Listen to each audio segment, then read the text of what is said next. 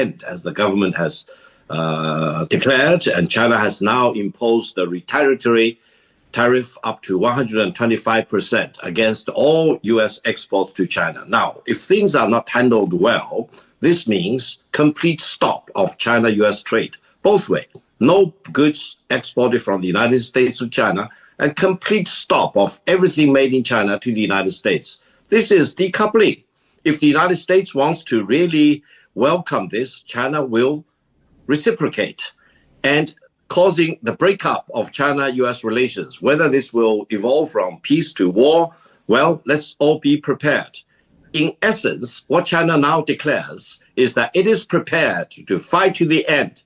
Trade war, tariff war, technology war, or real war. So the ball is in Trump's court. You decide, and I will reciprocate. I will never succumb to the U.S. pressure. And this is the moment of truth. China wants to defend free trade. The United States wants to destroy free trade. Right. The rest of the world is watching, and there will be a choice by the end of the day. For China, you cannot hold a gun to China's head and issue ultimatum and demand all the impossibilities, for example, and ask China to swallow that. China is the country that values dignity and decency and honor more than economic gains or economic losses. So if you want to hold a gun at China's head, China will hold a gun at your head. If you want to strike China in the cheek, China will strike you back.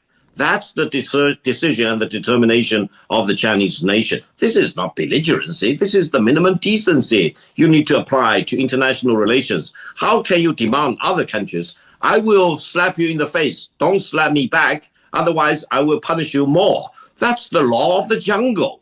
The trade war launched by Trump is wrong. It's the wrong war. It's the war against mankind. MAGA, or Make America Great Again, is fine. But you cannot achieve that at the expense of other countries. You cannot achieve your greatness by belittling, by delegating or relegating other countries to the lowest echelon of the hierarchy. Every country has its ambition. Every country wants to be in the first front, for example, and no country should be allowed to trample rules of free trade, to trample international order, and to dictate to others, to issue ultimatum, to hold a gun at your head, to demand submission to my will. This is the law of the jungle, and China will never have a part of that, and China will fight to death to oppose that. China is making sure that the American gets the message. If you want to impose war on China, you get war. If you want to destroy China, you get destroyed. If you want to bomb China out with nuclear weapons, you will be wiped out with nuclear weapons.